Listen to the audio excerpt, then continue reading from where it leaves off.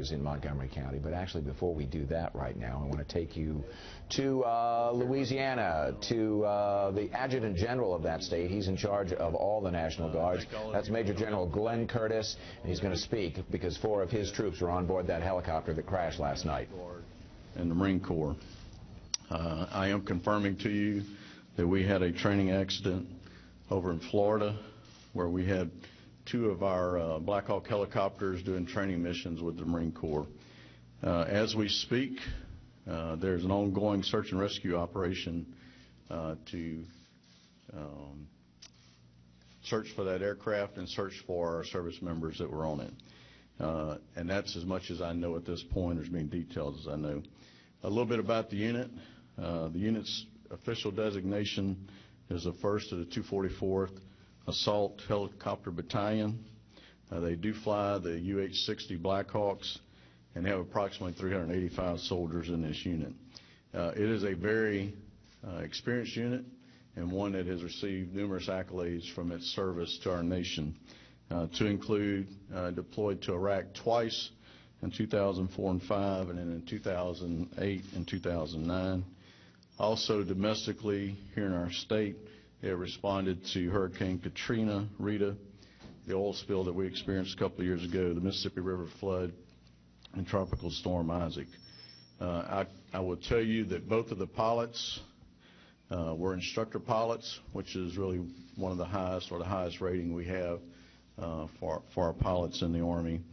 And the entire crew had several thousand hours of operation flying the Black Hawk. Today I was contacted by President Obama and Governor Jindal, and they asked that I extend to the families and to our service members in the Louisiana National Guard that we are in their thoughts and prayers, and that the whole of government, both at the federal and state level, are at our disposal to take care of our soldiers and take care of their families. Let me be very clear. At this hour, our priorities, my priorities, are search and rescue for our soldiers and the Marines, and secondly is to take care of our families, and we are doing both of those. This will remain a search and rescue operation until further notice, and I would ask you, out of respect for the families, I will not release any names at this time, due to respect for them, and I would ask you not to try to basically hunt them down and try to do interviews with them at this point until we figure out where we're going. I would ask you to keep our service members and their families in your thoughts and prayers, and that really concludes my comments. I will be glad to try to answer any questions that you may have. Yes, sir.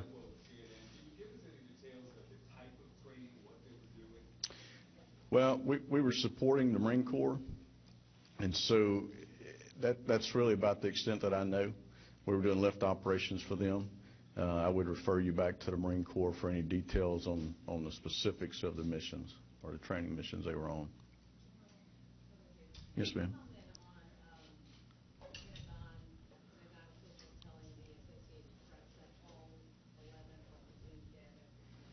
I do not have that information. I have been talking to the incident command post over at Eglin, and you know, what I'm getting back from them is that is a search and rescue operation. I don't have the specific dates. They've been there they left Sunday. Okay, they left Sunday, and it was a normal course of business for us to work across the services in training missions. Right.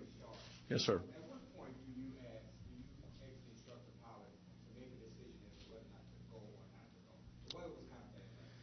Yeah, now I'm not a pilot, so I'll speak from a novice standpoint. But they are very cognizant of weather conditions before they depart on a mission. But you know, you can depart from one station and hit weather that you didn't expect, and so the conditions have to be right for them to take off. Now, what they run into while they're airborne is a different story.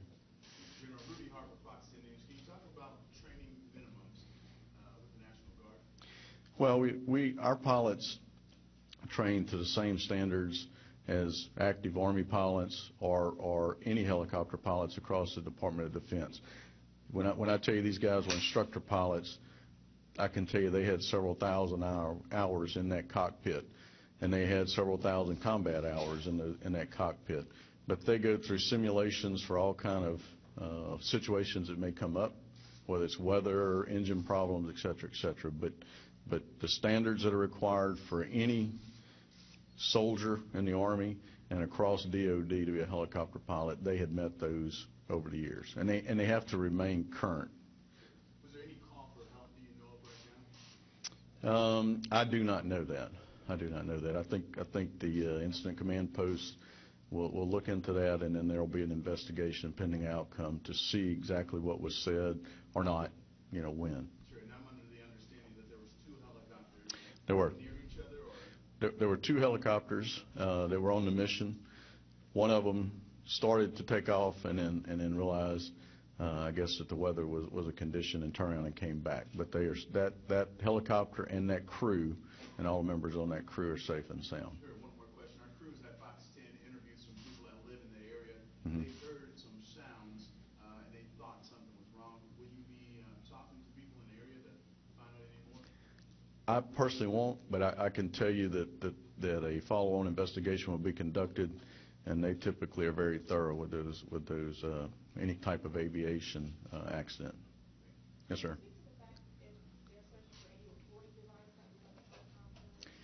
I'm not aware of any recording devices that are on our Blackhawks. They do have transponders so that their location is known, if you will. So, but there are no that I'm aware of, and I can stand corrected by the experts in the back, but I'm not aware of any like black boxes or anything that are on our Black Hawk helicopters. Anyway.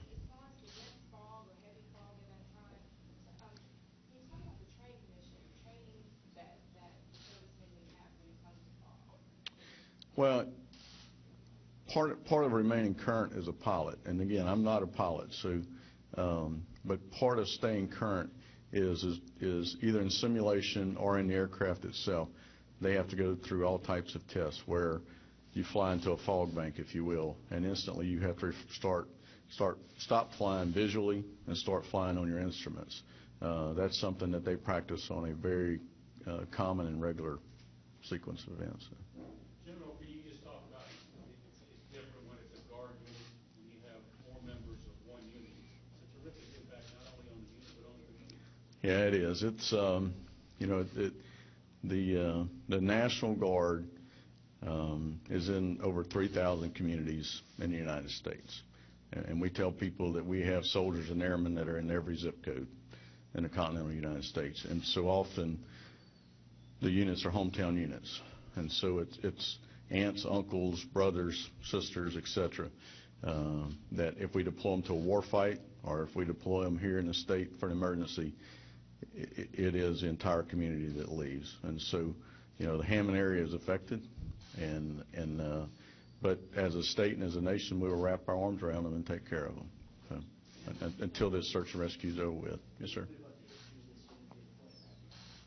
I'm sorry. Deployment background? Yeah, they to the war fight that we've been in the last 13 years. They deployed in 2004 and 5, and then they went again in 2008 and 9 for 1 year each time. And then they've deployed, since 2005, we've had numerous disasters here in the state of Louisiana. And it started with they were in Hurricane Katrina, Rita. They did the oil spill, the Mississippi River flood, and then Tropical Storm Isaac. But I can also tell you, every year they go out and, with the wildfires in the west, they go out and fly operations to drop water on the wildfires.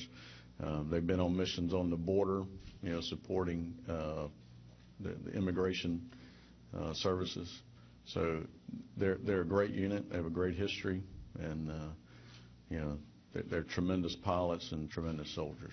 General, can you speak a little bit to the Academy of North Associated Press, to what they did say during Hurricane Katrina? Would they have been involved in some of the rescue? Yes, sir. They all of the helicopter assets in Louisiana during Katrina were committed early. I mean, as soon as the storm effects went down low enough where we could get Blackhawks in behind the storm to start doing search and rescue, this unit and the other unit we have in the state were the first ones in, and they stayed until the end. I would tell you from an aviation standpoint, they had what we call first or second touches and first touches where you get them off rooftops, so to speak, of about 50,000 personnel. And then first and second touches, a total of about 78,000 personnel that we moved collectively. You know, the Louisiana National Guard, the active duty, the Coast Guard, Wildlife and Fisheries, all of us. So they were integral in the after effects of Katrina, and they saved thousands of lives during that storm. Would they have been rooftop rescues or anything along those lines? Sir, I'm sorry? Would that have been rooftop rescues? Yes, sir.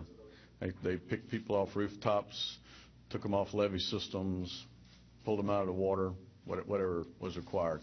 But I would tell you again, in Isaac, which is not as well publicized, we had about 6,000 citizens in Laplace that we had to do nighttime operations on, both by boat, high water vehicles, and aircraft. So. That's a subdued Major General Glenn Curtis. He is the Adjutant General. He is, in effect, the commander of the Louisiana Army Guard and the Air National Guard, and he, in that role, commanded those 4 citizen soldiers who were believed dead following the crash of that Black Hawk helicopter off the coast of Louisiana in the early morning hours. Not a great deal of specifics about the mission, except that we did learn that there were 2 helicopters from the Louisiana Guard, from the 204th, the air squadron that flies out of Hammond, Louisiana, when that's where this news conference is coming to us from right now. And both of the pilots, the general told us, were instructor pilots, and that is just about the highest designation. It's not that you're just a good pilot, you're good enough to teach other pilots how to fly. He said they were flying a Marine operation at the time, and they had been in that role since Sunday. I believe the little bit of news that came out of this was that we heard the general say that they realized that the weather was bad and they were on their way back when this incident happened. And it'll be interesting to see if that's verified, because I'm fairly certain that that's what I heard the general say there, and it's kind of an aside, and I think it may have been one of those things that maybe missed escaped the purview of the folks in that room right there. One thing, too, to talk about is that pilots, and particularly helicopter pilots in the military, talk about training in the weather they fly, and that's exactly what was happening last night. And that's why we're bringing in Devin Lucy right now to talk a little bit about the weather, because we know that into today there was heavy fog and some rain. You showed us the system there that was the genesis of all that. And all of this was just starting to come to a head, apparently, when this happened last night. Just the right setup that they got as well, a lot of fog down that direction. Took a look at the reports from Pensacola's airport, which is a little farther inland and from even naval base that's right on the water. Pensacola Airport, you go through the city northward and even farther north, but there was limited visibility for all the early morning hours past midnight into the early morning hours of at least quarter mile to even less, about an 1/8 mile visibility. So there was dense fog, the weather set up, and I've gone back 12 hours to the beginning of this loop, and I'll stay here for a second or two. It's at 3 in the morning. So what's essentially been happening is a weak cold front dropped through, but it's a very weak front. Pay attention right over Pensacola, the cloud cover and the rain, is it just starts to stall as we go to about 5 to 6 o'clock right here, right in that hour. There's kind of a lull. It signals that front just kind of fades away. Now pay attention to rain that develops south. That's actually what's going to be our rain coming in Friday night and Saturday. It's going to be the same system, but it's just developing. It's warmer. Very, very humid air pushes that wave of rain northward. It's effectively another warm front. Almost like we had the warm front and created our fog situation with very calm conditions in front of it. Right. Very, very warm in that sector out ahead of it with that warm front, and there's relatively cold air behind, but it's a perfect zone Pensacola's in. As that front fades, the winds go calm, you got all the moisture left over, you got the competing air masses cold at the ground level, at least relatively colder, warmer and working in, and tons of moisture to work with. It's a perfect fog setup, and you can't have any wind. going to have very calm wind conditions. So it does appear that you had fog. It was there. We know it. All the reports are saying it. But what comes key is you just mentioned, with the general that just mentioned, that they were both on their way back, that all of a sudden, this is something I mentioned even yesterday too, even here, fog can in an instant just go to zero visibility. It can become so dense you can't even see right in front of you. Yeah. And that may be something that occurred, that they took off from the base, that you could have a little bit of visibility, that they could at least see, and flying by instrument too, we mentioned that they could at least know where they were going, know that they were at least a couple hundred feet or whatever, just guesstimating if there was something off the ground, so you know you're not going to be flying into the ground. But then visibility being an issue obviously is key, because that's how helicopters fly, as you know, amateur aviators that we kind of sit here at the desk. But by helicopter, you really have to have visibility. Any other state except for military, for helicopter flight, if you're in foggy conditions and you can't see, then you're grounded completely. You're not going to be able to take off. Important perspective to a tragedy that has happened, and 11 members of the armed forces, 7 Marines, and 4 members of the Louisiana Army Guard apparently have perished in that helicopter crash, and we wanted to give you the very latest on that. And what we're hearing now this afternoon is that they are continually flying low. Helicopters are, perhaps even from that very outfit there that we heard the general talking about, flying low over Santa Rosa Sound, looking for any sign of that Black Hawk helicopter that went down with 11 people on board.